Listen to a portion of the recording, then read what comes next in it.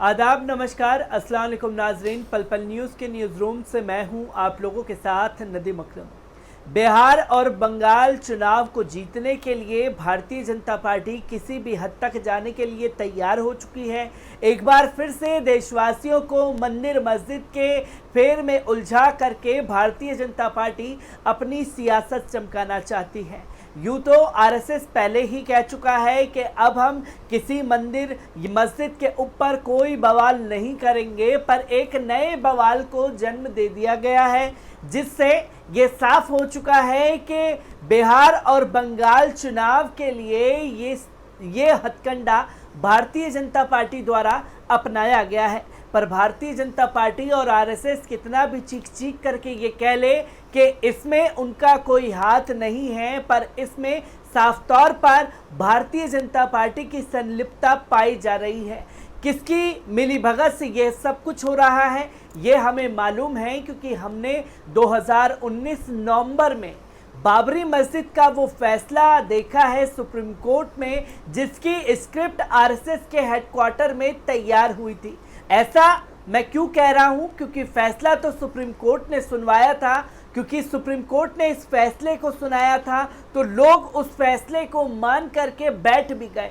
पर अब जब राज्यसभा में चीफ जस्टिस जिन्होंने बाबरी मस्जिद का फैसला सुनाया, उनको जब राज्यसभा की टिकट दे करके राज्यसभा भेजा गया तो तस्वीरें साफ हो गई कि इसके पीछे किसका हाथ था। ये फैसला सुप्रीम कोर्ट का नहीं, भारतीय जनता पार्टी का था, क्योंकि भारतीय जनता पार्टी ये चीख चीख करके दुनिया को बता रही है कि 6 उपलब्धियां साल भर की 6 उपलब्धियों में सबसे बड़ी उपलब्धि है अयोध्या में राम मंदिर का विराजमान होना। अगर ये भारतीय जनता पार्टी की उपलब्धि है तो ये मान लिया जाए कि बाबरी मस्जिद पर नाइंसाफ़ी हुई थी, और अब उस नाइंसाफ़ी को दोहराने की फिर से कोशिश की जा रही है काशी और मथुरा को लेकर के।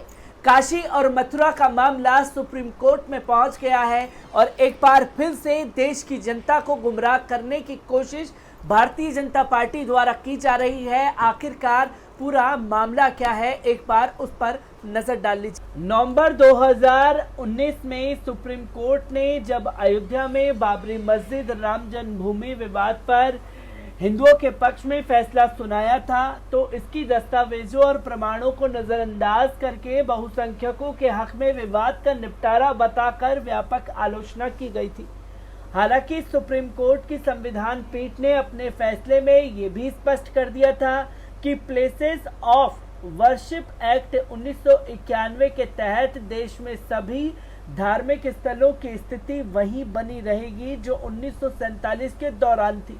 लेकिन हिंदूवादी संगठनों ने अब अपनी नजरें मथुरा और काशी की मस्जिदों पर गाड़ दी हैं और सुप्रीम कोर्ट में एक याचिका दाखिल करके इस विवाद को हवा देने की कोशिश की है। आपको बता दें कि अयोध्या के बाद अब काशी मथुरा मामले को कानूनी रूप से विवादित बनाने की कोशिश की जा रही है। दरअसल सुप्रीम कोर्ट में काशी मथुरा विवाद को लेकर याचिका दायर की गई है। इस याचिका में हिंदू पुजारियों के संगठन विश्व भद्र पुजारी पुरोहित महासंघ ने याचिका दाखिल करके पूजा स्थल विशेष प्रावधान अधिनियम 1991 place of worship special act 1991 को चुनौती दी है। याचिका में काशी व मथुरा विवाद को लेकर कानूनी कार्रवाई को फिर से शुरू करने की मांग की गई है।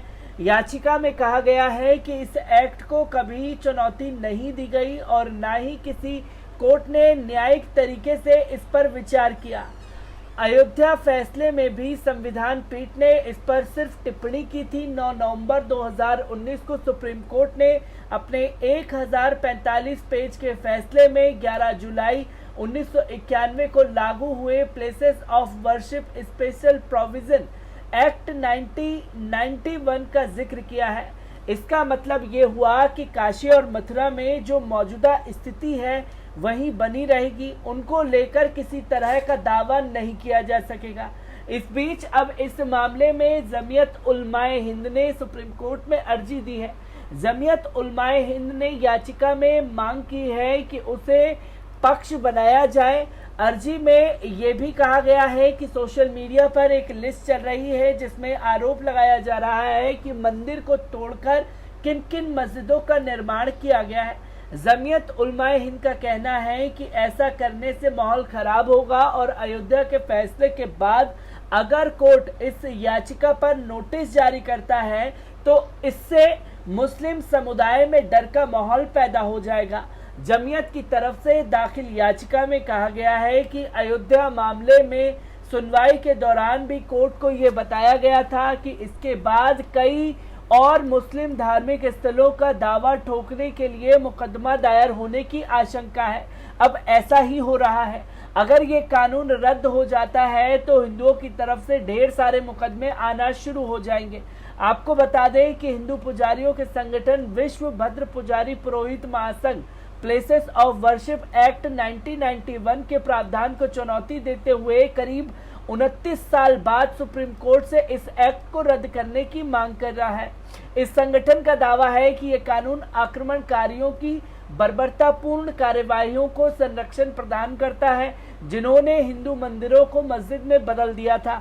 1991 एक्ट की धारा 4 को चुनौती विशेष रूप से काशी और मथुरा की मस्जिदों की स्थिति के मद्देनजर दी गई है जिन पर कुछ हिंदू संगठन दावा करते रहे हैं। हालांकि पिछले साल अयोध्या फैसले के बाद राष्ट्रीय स्वयंसेवक संघ ने यह ऐलान किया था कि अब हिंदू बाकी विवादित स्थलों पर अपना दावा नहीं करेंगे, लेकिन जमीनी हकीकत इससे एकदम उलट है और जब से प्रधानमंत्री नरेंद्र मोदी के नेतृत्व में केंद्र में बीजेपी की सरकार का गठन हुआ है, पहले से हाशिए पर मौजूद मुसलमानों के साथ हर स्तर पर भेदभाव किया जा रहा है। अब आपको बता दूं कि 1991 के प्लेसेस ऑफ वर्शिप एक्ट की धारा 4 में ये प्रावधान है कि देश के सभी धार्मिक स्थलों की स्थिति वही बनाए रखी जाए जो देश की आज़ादी के वक्त यानी 15 अगस्त 1947 को थी। जब ये कानून बनाया गया था तब सिर्फ अयोध्या को अपवाद रखा गया था क्योंकि 1991 में जब कानून बना तो अयोध्या से जुड़ा मुकदमा पहले से कोर्ट में लंबित था। तो दोस्तों, आपने देखा कि किस तरीके से भारतीय जनता पार्टी, खासतौर पर कुछ हिंदूवादी संगठन जो इन्हीं की तंजीमों से बन करके बने हैं और उन्होंने इस फैसले को लेकर के सुप्रीम कोर्ट का दरवाज़ा खटखटा दिया है, या यूँ कह लीजिए कि संविधान को चुनौती दी गई है। प्लेसेस ऑफ वर्शिप एक्ट जो 1991 में बनाया गया था, उस संविधान के एक्ट को चुनौती देने का काम कुछ हिंदूवादी संगठन ने किया है।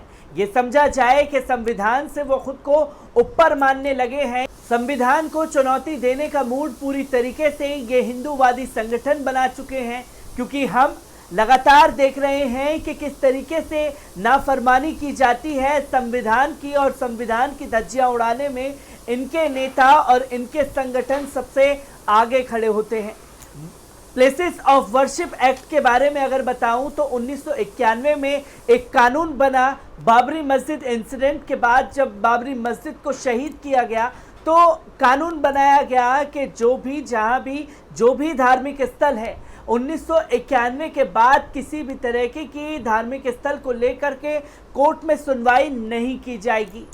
पर बाबरी मस्जिद पर सुनवाई इसलिए की गई क्योंकि वो आज़ादी से पहले का मामला था और वो कोर्ट में लंबित था, काफ़ी अरसे से कोर्ट में था और कोर्ट में जब उसकी सुनवाई चल रही थी, इसी के चलते सुप्रीम कोर्ट ने उसका फैसला सुनाया।